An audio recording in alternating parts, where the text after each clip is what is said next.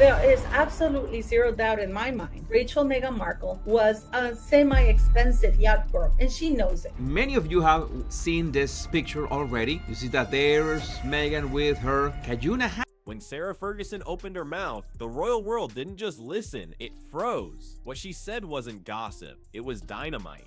With just a few words, she allegedly linked Meghan Markle to the monarchy's most toxic secret, blindsiding Prince Harry and igniting a firestorm that threatens to burn the palace to the ground. This is the untold story of the whisper that cracked the House of Windsor. Two people, she got started her yachting days and she never stopped really. I don't think any of her boyfriends knew about it, but Meghan Markle was known as a hardcore yacht partying person, ready for anything. It all started with a familiar smirk from Fergie at a private event. A reporter overheard the phrase that changed everything. Meghan was Andrew's first client. Instantly, headlines erupted. Social media went feral. Within hours, the phrase Meghan's yacht days was trending worldwide, and the palace's iron wall of silence began to crack under the pressure of a secret they could no longer contain. Yacht girl, that's right. It's mentioned in the book. Meghan used to entertain as a yacht girl. Now, I'm not saying it's true. I'm not saying it happened, but I am saying Harry knows. To understand how devastating those words are, you have to go back to a time before the tiaras and titles. Meghan Markle was a hungry Hollywood actress, navigating a world of elite parties and luxury yachts where connections were everything. These weren't just parties, they were calculated networking events where reputations were made and debts were formed. Fergie's comment didn't just drop gossip, it weaponized Meghan's past, linking her ambition directly to the monarchy's darkest shadow. If Prince Andrew's gonna come out and say, hey, Harry, I did your wife quite a few times on yachts before. That shadow, of course, is Prince Andrew. Once a celebrated royal hero, his name is now synonymous with scandal, disgrace, and his infamous connection to Jeffrey Epstein. He is the family's weakest link, the one they can't defend. Linking Meghan to Andrew wasn't a personal jab. It was a nuclear accusation, tying the Duchess to the most shameful chapter in modern royal history, and giving tabloids the fuel they needed to run wild. Like Epstein's girlfriend. And the only times she traveled and went anywhere was with him. And guess who's on the other? But why would Fergie do it? For decades, she has been the royal family's ultimate outsider, exiled and resurrected time and again. Was this revenge? A calculated move to reclaim her power? Or was she trying to protect Andrew by creating an even bigger distraction? Whatever the motive, this was no accident. It was a perfectly timed strike from someone who knows exactly how to play the game of royal chaos. Epstein was also Harvey Weinstein, very prominent. There were members. Meghan Markle was just one of the working girls for Soho House. Call girl, working girl, escort, whatever you want to call it. That's what The morning after, Buckingham Palace was in quiet crisis. Behind the official no comment, advisors scrambled in emergency meetings. Harry was reportedly furious but trapped, knowing any reaction would only fuel the fire. Meghan withdrew from the public eye, her silence amplifying the speculation. The betrayal hit harder than any headline because it didn't come from a tabloid. It came from inside the family. Have you noticed how he completely avoids looking at Meghan Markle when she's around him or when she was around? This story has forever changed the royal landscape, leaving Meghan's reputation hanging by a thread and exposing the deep fractures within the monarchy. The real question isn't whether Fergie went too far, but what else she knows. Because if you think this asterisk story is shocking, you won't believe the secret power play King Charles made against Andrew that may have set this whole fire in motion. Click the video on your screen to see the one move that left them both completely stunned. We have Andrew, with whom looks like Marcus Anderson. This is in 2001 when Meghan Markle would have allegedly been on third year. Meghan Markle hardly spent any time at Northwestern University. That secret power play began not with a bang, but with a letter. A cold, legally vetted document delivered from the King's office to Prince Andrew's residence at Royal Lodge. The message was brutally simple: get out. For years, Royal Lodge, a sprawling 30-room mansion in Windsor, had been Andrew's fortress, a symbol of his lingering status granted by his late mother, Queen Elizabeth II. But King Charles, in his relentless mission to create a slimmed-down monarchy, saw it differently. To him, it was a multi-million-pound monument to his family's greatest shame. He offered Andrew the keys to the much smaller, more humble Frogmore cottage, the very home he'd just evicted Harry and Meghan from. The move was a masterclass in strategic cruelty. It wasn't just an eviction. It was a public humiliation, a demotion designed to strip Andrew of the last vestiges of his royal grandeur. Charles knew Andrew couldn't afford the exorbitant upkeep of Royal Lodge without the substantial annual allowance the Queen had provided. By cutting off the funds and offering a take-it-or-leave-it insult, Charles was attempting to surgically remove the Andrew problem once and for all. He wasn't just asking his brother to move house, he was trying to erase him from the royal map, and in doing so, he cornered the one person who had even less to lose than Andrew, Sarah Ferguson. What you're gonna say, maybe it was just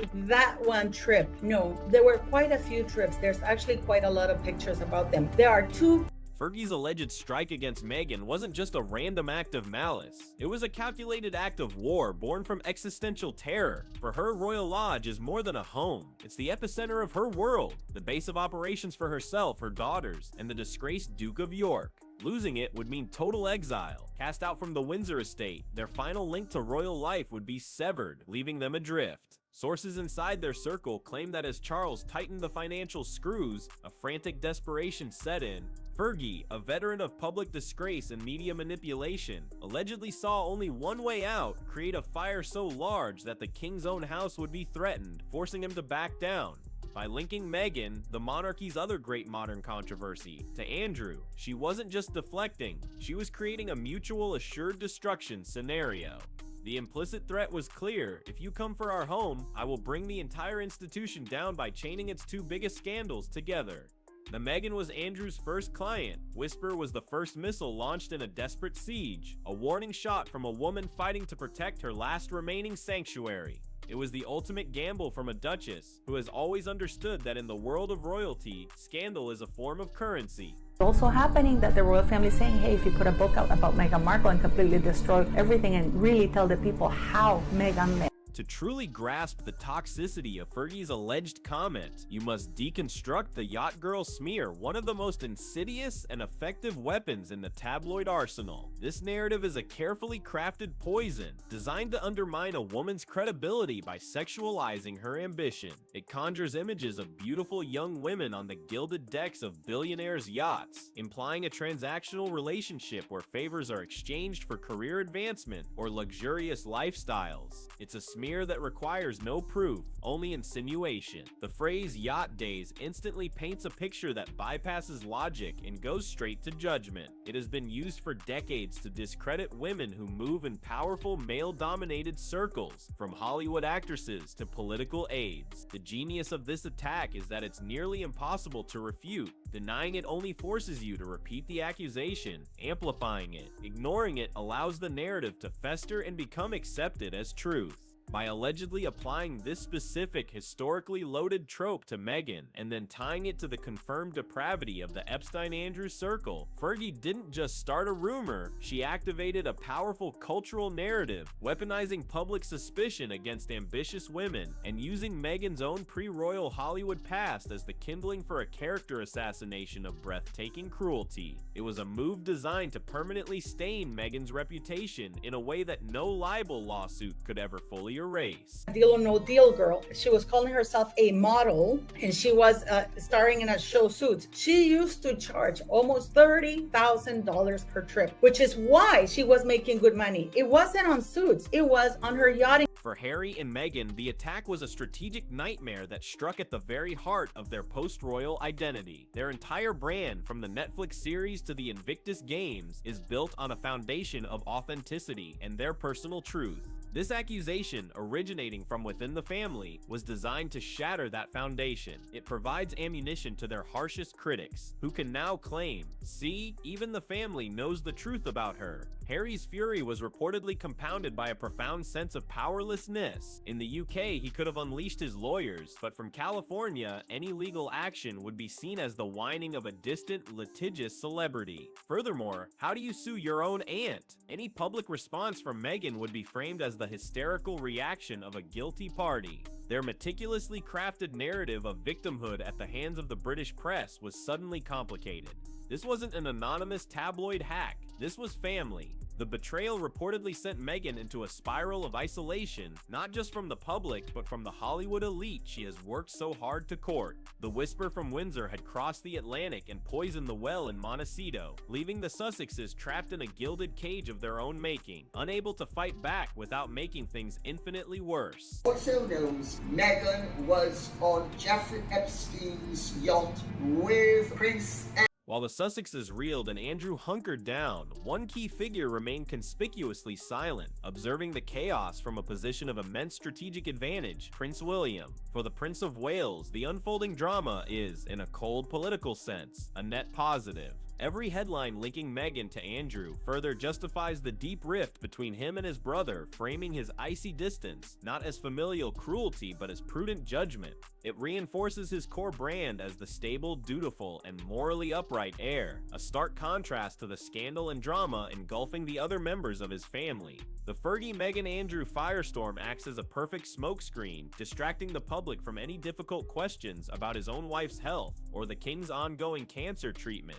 Insiders have long said that William believes the Sussexes and Prince Andrew are threats to the institution. This new crisis conveniently lumps both threats together, making them easier to isolate and politically neutralize. While he would never publicly condone Fergie's alleged actions, the outcome serves his long-term vision of a monarchy cleansed of its most problematic elements, leaving a clear and untainted path for his own eventual reign. In the brutal Game of Thrones, chaos for your rivals is often just another word for opportunity. Woman knows that she's in trouble with Fergie because she knows where Meghan Markle's bodies are buried. She knows that Meghan Markle has been yachting. In fact, they had friction because Meghan had originally set her sights on Prince Andrew, but she lucked out with the idiot Harry. Not in a million years did Meghan think that she was going to score Prince Harry. She thought she was going to score Andrew until Fergie put a stop. Buckingham Palace's official no comment was far from a neutral stance. It was a deafening silence that spoke volumes. In royal protocol, silence is a tool. It can be used to starve a trivial story of oxygen, but it can also be used to quietly condone a narrative that serves the monarchy's interests. By refusing to issue a statement defending the Duchess of Sussex, who remains a family member and the mother of the king's grandchildren, the palace sent a clear unspoken message to the world: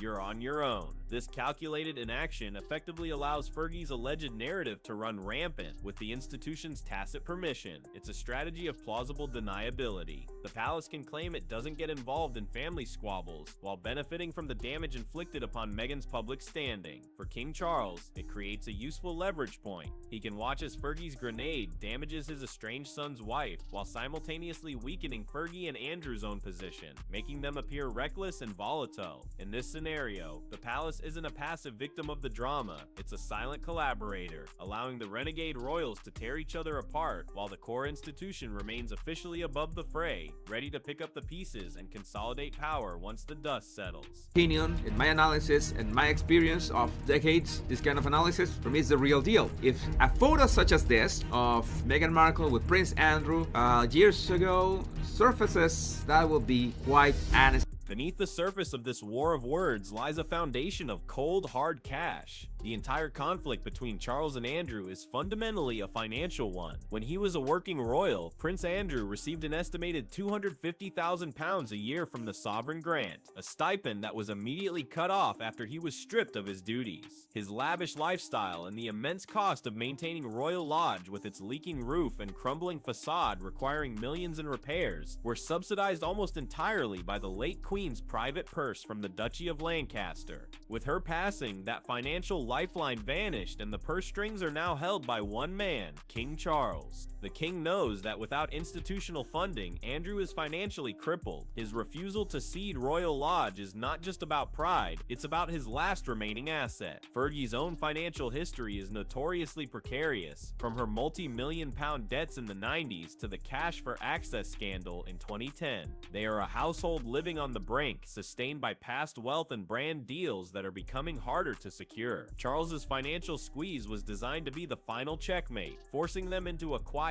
dignified surrender. Fergie's alleged verbal assault was a desperate, unconventional countermove, an attempt to prove that while they may be poor in royal currency, they are rich in secrets, and that knowledge itself is a form of power that can't be taken away. This brutal tactic of using the media as a weapon is a grim echo of a previous royal civil war, one that Fergie witnessed from a front row seat, the War of the Waleses. In the 1990s, she watched as Princess Diana and then Prince Charles engaged in a vicious tit-for-tat battle played out on the front pages of newspapers and in blockbuster television interviews. Diana famously collaborated with Andrew Morton on her tell-all book, while Charles countered with his own authorized biography and interview with Jonathan Dimbleby. Both sides used friendly journalists to leak damaging stories, weaponizing secrets and personal pain for public sympathy. Fergie was a secondary player in that drama, often caught in the crossfire but always learning the rules of the game. She learned that the monarchy's greatest weakness is its obsession with image, and that the fastest way to gain leverage is to threaten that image. Her alleged attack on Meghan feels like a page torn directly from that old blood-soaked playbook.